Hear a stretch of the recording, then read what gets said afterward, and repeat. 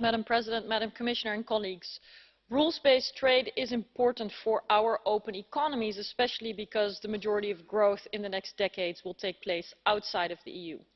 But when we look at China, we see a country not respecting trade rules, and sadly now, when we look at the United States, we also see an administration that has unjustly labelled the EU as a national security threat in order to justify steel and aluminium tariffs.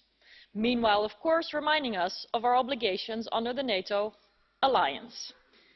It doesn't quite add up, and the escalations in our trade relations with the US have serious consequences. It is therefore crucial to keep talking and to try to come to agreements. Somebody has to be the adult in the room. So for those in the House who do not want to support the European Commission here, I hope you understand that it will be gladly explained by Ambassador Sondland and other officials of the Trump administration as proof of the EU's inability to make decisions. And that is not in our interest.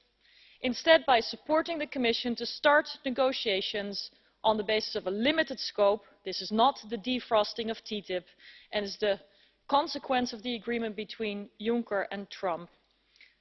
By supporting the opening of these negotiations, but by spelling out very clear conditions on our part before closing them, we engage in the most meaningful way. I would also like to remind colleagues that they should not use the agreements we make with third countries as the weapons to beat those countries with, while we in fact lack the foundations of a bilateral agreement or negotiations with countries that we do trade with. Think about China.